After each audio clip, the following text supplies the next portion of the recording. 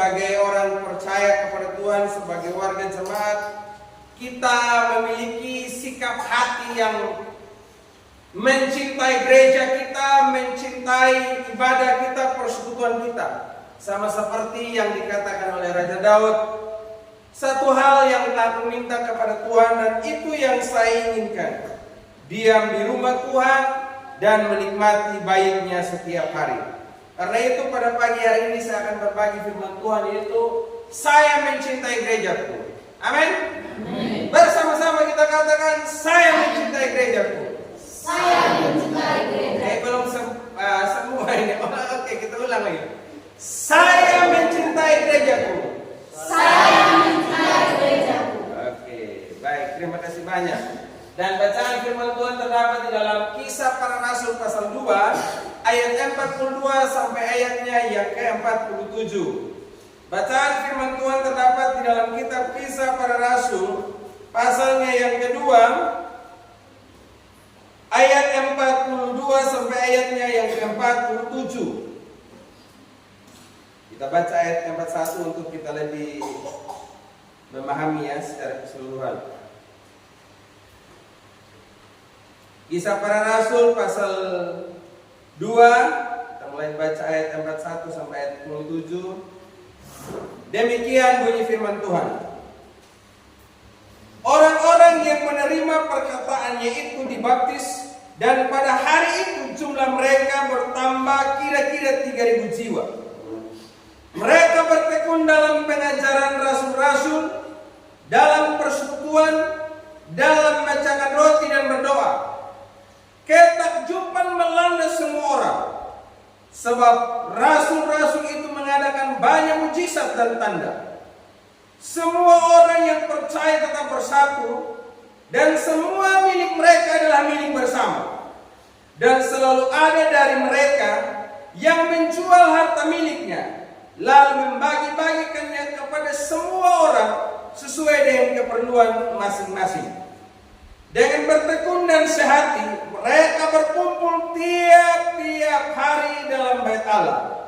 Mereka membacakan roti di rumah masing-masing secara bergiliran dan makan bersama-sama dengan gembira dan tulus hati, sambil memuji Allah, dan mereka disukai semua orang. Tiap-tiap hari Tuhan menambah jumlah mereka dengan orang yang diselamatkan.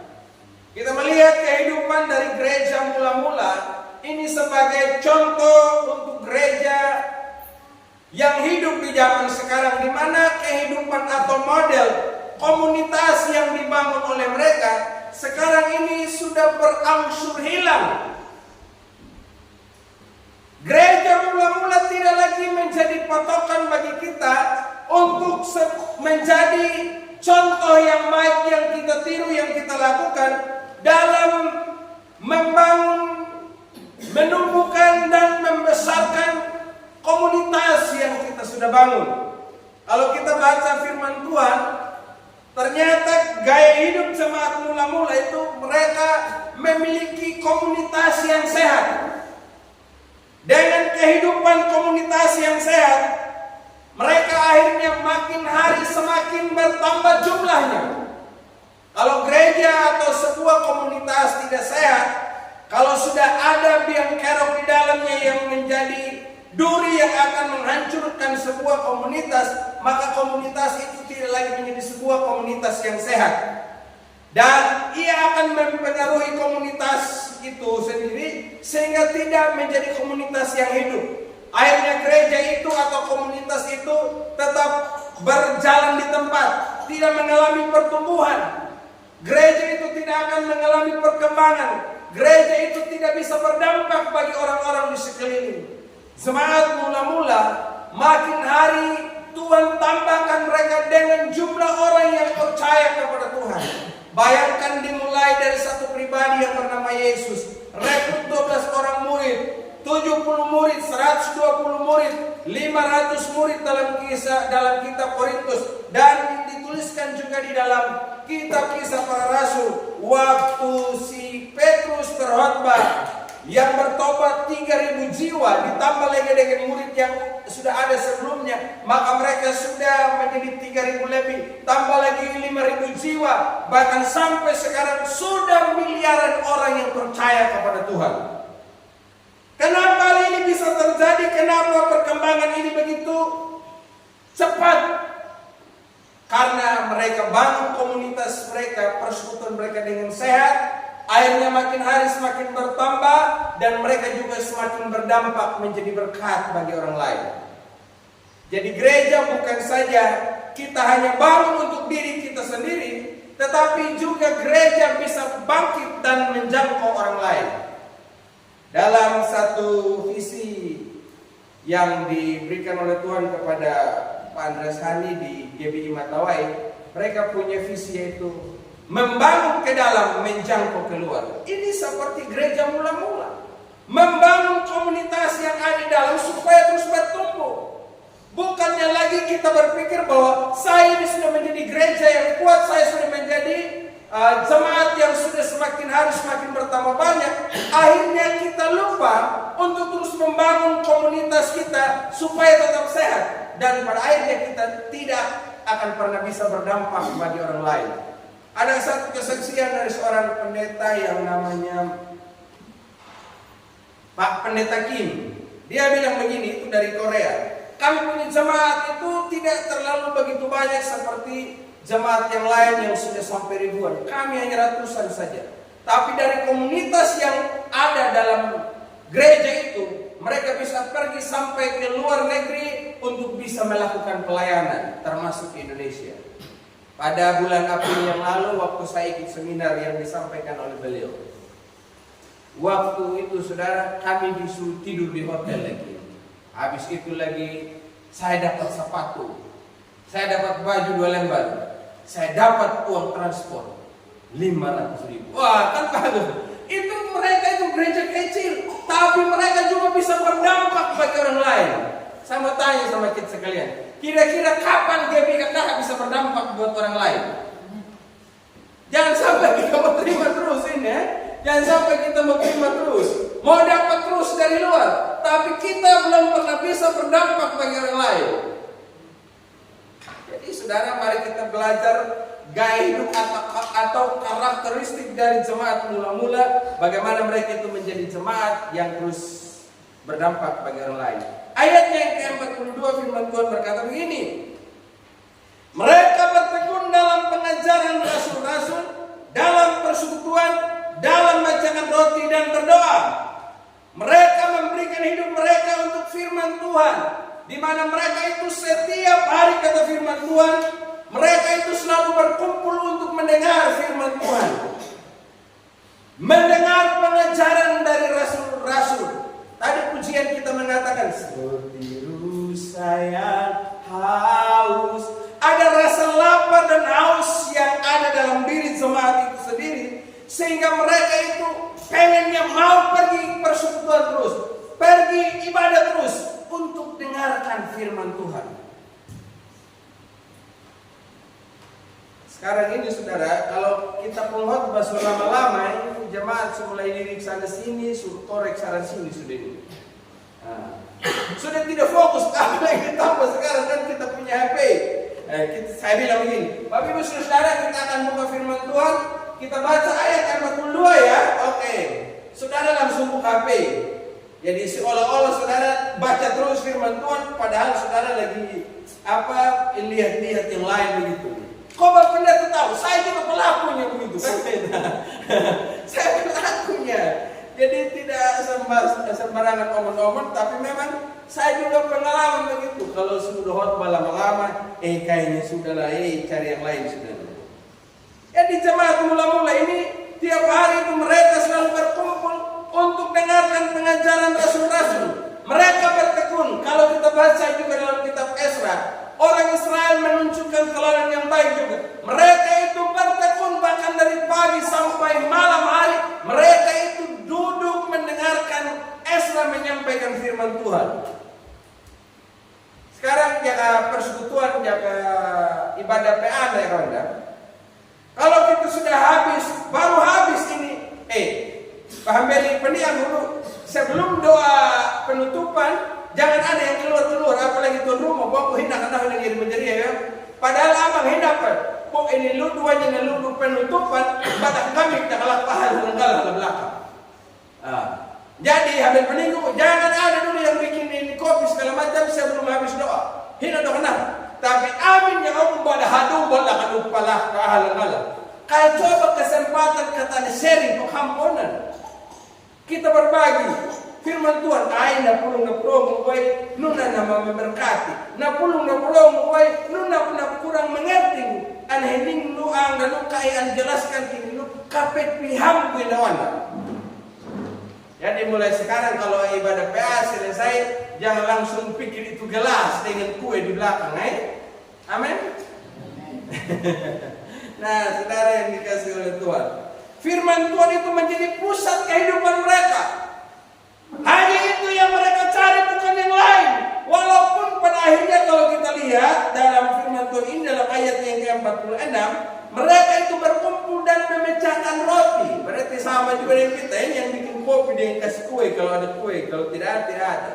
Makanya saya itu kalau ibadah di pastori, saya selalu bilang jangan bikin kue supaya saudara yang lain itu ikut begitu sebetulnya. Tapi ternyata kalau saya pergi PA, saudara kasih saya ini kue banyak-banyak begitu. Malah kadang kalau saya tidak ikut jaga anak-anak, ada yang bilang ini titip buat Bapak Pendeta. Jadi saudara, jemaat mula-mula itu fokusnya kepada firman saja. Tapi ada yang salah juga. Ada kita bilang fokus gula pulung mirip. Sampai pada akhirnya jemaat yang lain, mereka itu kalau mau datang beribadah, tunggu. Sejam yang jemaat. Oh iya, lu ada teman. Ya paling dulu 20 menit, 30 menit, nah habis itu 30 menit paling lama. Apa nih pokoknya lambat sudah supaya datang gereja sampai di gereja pas dengan firman Tuhan. Saudara bilang saya mau ke gereja karena dengar firman Tuhan. Tetapi saudara lupa apa yang saudara harus beri kepada Tuhan, yaitu pujian, penyembahan dan doamu kepada Tuhan.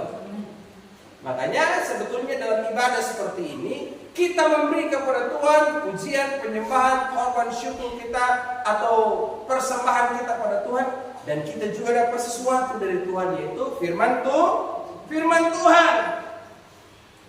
Hal yang kedua saudara, gereja itu menjadi tempat kesukaan bagi jemaat mula-mula karena komunitas itu menjadi komunitas yang hidup.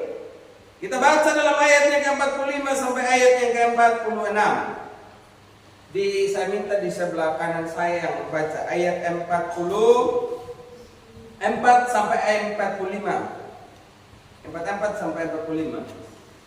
Silakan. Dan semua orang yang telah menjadi percaya tetap bersatu, dan segala kepunyaan mereka adalah kepunyaan bersama. Dan selalu ada dari mereka yang menjual harta miliknya, lalu berbagi-bagikannya kepada semua orang sesuai dengan keperluan masing-masing.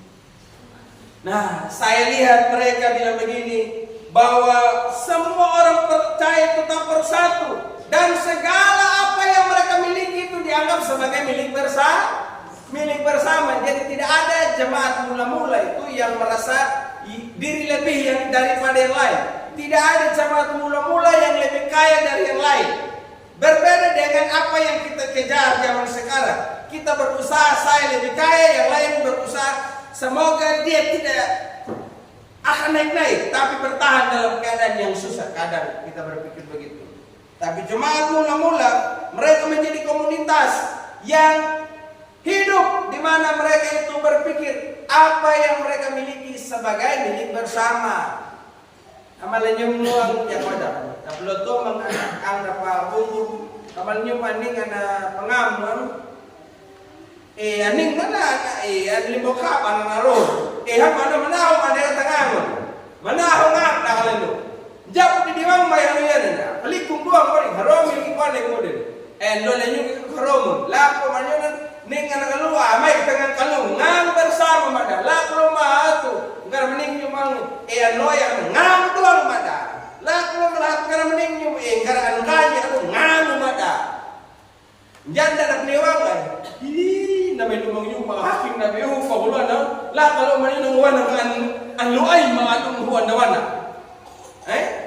Jadi nakapunggul reno, mereka itu berpikir bahwa apa yang mereka miliki itu milik bersama. Tidak ada yang berpikir ini saya punya kelebihan. Hanya satu yang mereka itu anggap bukan milik bersama. Siapa yang tahu? Istri dengan istri dan suami. Jadi istri dan suami itu cuma milik seorang saja. Amin. Tidak ada lagi. Dah mana itu lepas pergaulan orang Sumba. Orang Sumba bilang, ikan kaya tak kau ilan. Yang mana ada balon? Kalian dah kayak. Yang mana balon? Tapi nakalembing kayak, na anak kalian dah main. Tapi ya pangkat itu bahasa pergaulan begitu. Jadi kemana? Enggak mau yang lalu. Dia akan tahu dan dia mana tuang. Jadi tetap selalu ini perbedaan. Jadi Bapak Ibu Saudara yang dikasih oleh Tuhan, ibadat tempat persekutuan atau komunitas itu mereka tidak anggap lagi ini hanya sebagai sebuah lembaga atau tempat perkumpulan biasa, tapi sudah menjadi sebagai rumah keluarga rohani bagi mereka. Jadi gereja atau rumah sudah menjadi rumah rohani bagi mereka, menjadi keluarga rohani bagi mereka. Makanya apa yang dikatakan oleh Rasul Paulus di dalam kitab Korintus, bahwa kita semua ini hanya satu tubuh walaupun banyak anggota, dan kita ini saling memperlengkapi satu dengan yang lain. Tangan tidak bisa berkata kepada kaki, saya tidak butuh engkau hai kaki, tetapi bagaimana engkau bisa kemana-mana kalau tanpa kaki? Mata tidak dapat berkata kepada telinga, saya tidak butuh telinga, bagaimana mungkin dia bisa mendengar kalau tanpa telinga? Jadi saling membutuhkan satu sama lain. Bahkan anggota tubuh yang paling lemah sekalipun itu juga mempunyai peranan penting dalam hidup manusia. Sama halnya dalam kehidupan jemaat. Tidak ada di antara jemaat kita yang dikatakan ini jemaat biasa, ini jemaat orang kaya, ini jemaat orang hebat. Makanya Gereja Betel Indonesia, kita sekalian tidak ada yang namanya tokoh jemaat dan tidak ada penasehat. Karena kita semua sama-sama punya peran. Tidak ada juga yang berkata bahwa dalam gereja itu pendeta lebih, tapi kita sama-sama komunitas orang percaya. Tapi jabatan pendeta itu hanya jabatan sebagai sebuah keistimewaan yang dipercayakan untuk memimpin saja, tapi tidak ada yang lebih dalam gereja itu. Kita hanya sama-sama orang percaya. Di surga nanti dia tidak tanya, kau siapa? Yohanes Tumulawan. Oh, kau sependeta? Oh, oke, kau punya dia. Tidak ada bilang pendeta, tidak ada bilang jemaat biasa, tapi kita semua sama-sama orang percaya. Selanjutnya Bapak Mama yang dikasihi oleh Tuhan, hal yang ketiga, kehidupan jemaat mula-mula yang perlu kita tiru sebagai orang percaya adalah dalam ayatnya yang ke-46 dikatakan, dan mereka dengan bertekun dan sehati mereka berkumpul tiap-tiap hari dalam bait Allah. Mereka mencetak roti di rumah masing-masing secara bergiliran dan makan bersama-sama dengan gembira dan tulus hati. Adanya ibadah yang seperti ibadah itu adalah sebuah ibadah yang hidup, yang membuat mereka itu semakin lapar dan haus. Mereka bilang, aduh pengen mau ke ibadah lagi, pengen pergi persekutuan lagi. Karena dalam persekutuan itu ada sukacita, ada ketulusan hati. Jadi dalam ibadah itu harus disertai dengan sukacita. Kalau ada roh Tuhan dalam diri kita, yang pastinya kita akan bersukacita. Tapi kalau kita ibadah hanya sekedar rutinitas atau sebuah keterpaksaan, maka kita tidak akan mengalami sukacita. Maka itulah yang mulai banting-banting kaki. Tapi kalau ibadah itu disertai dengan ketulusan, dengan sukacita, dengan kebahagiaan, maka pada waktu ini pemimpin pujian bilang, kita akan persiapkan hati kita untuk mendengarkan sabda Tuhan. Kita naikkan pujian seperti rusa yang rindu aliran sungai. Maka kita bilang, hai sih, banyak asik bilang, walau nyiwilah tepuk tangan mama. Hai sih, kalau mahilu membayang mana. Tapi jangan nambah, tidak tepuk tangan, wang tinakawan-akawan. Pak Andiman bedukan di kalimat yang ada tepuk tangan, tanding ada berkir kanan. Tapi nama semangat bergirang aman ayam ini tulis ketiga nyanyi glory, glory. Jangan semangat Tuhan kalau aman penuh.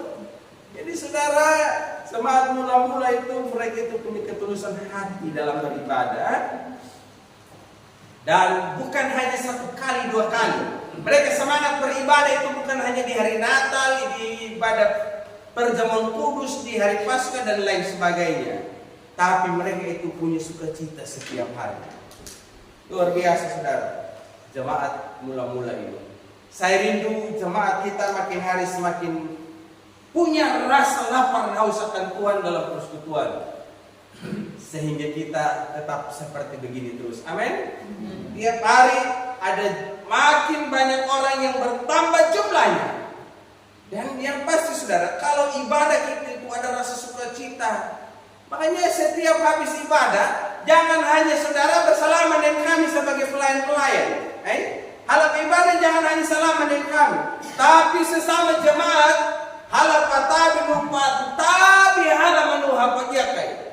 Nah, hanang isi mengkopul ai mau katamu konon. Kanyo miniram hina megano katamu. Iya kami ya kata kumpul seperti itu, ngobrol-ngobrol kauna. Asik. Jadi, tapi lu salah satu tarikan juga. Hanya kalian dulu, saya merasa diterima seperti keluarga sendiri. Apalagi kalau ada orang baru yang datang, jangan kita. Iya, tapi saudara pergi. Hai shalom, wahai terima kasih sudah datang beribadah di sini. Minggu depan datang lagi. Begitu, jangan dia orang suruh pulang. Iya, tapi harus jadikan rumah ini sebagai tempat kita berkumpul sebagai keluarga Allah. Amin. Yang terakhir saudara, yang terakhir dari kehidupan jemaat mula-mula, ayat 47 dikatakan, sambil memuji Allah mereka disukai. Mereka itu disukai oleh banyak orang. Kalau komunitas atau gereja itu menjadi komunitas yang sehat, menjadi komunitas yang hidup, yang pastinya orang itu akan suka sama kita. Jadi kalau orang bilang itu gereja apa? Gereja Betel. Saya tidak mau pergi gereja Betel. Itu gereja apa? GSA. Saya tidak mau GSA. Ya kawan, hadap pendapat dulu. Tapi kalau komunitas itu, gereja apa itu? Gereja ini. Aduh, saya pengen beribadah di situ. Artinya orang itu berpikir ada kesukaan di situ, ada merasa diterima di situ, ada sukacita di sana.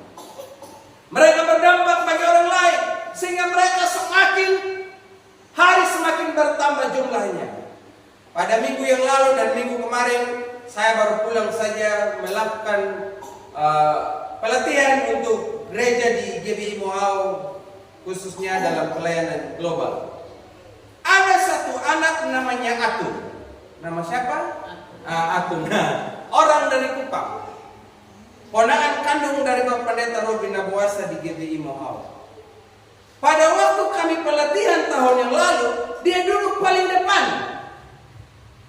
Tapi dia duduk paling depan, tidak bisa baca, tidak bisa apa-apa. Setiap malam kalau sudah habis ini kegiatan, ada dia punya pacar dari Sumba Barat. Dia telepon. Tidak pernah SMS karena tidak tahu, tidak bisa baca. Kutakan dulu. Dia bilang dulu waktu sekolah, dakwah hanya berapa satu ayon. Habis itu langsung ngomong malah panikuti. Nah, akhirnya tiap hari anak itu tekun sekali dengar firman Tuhan.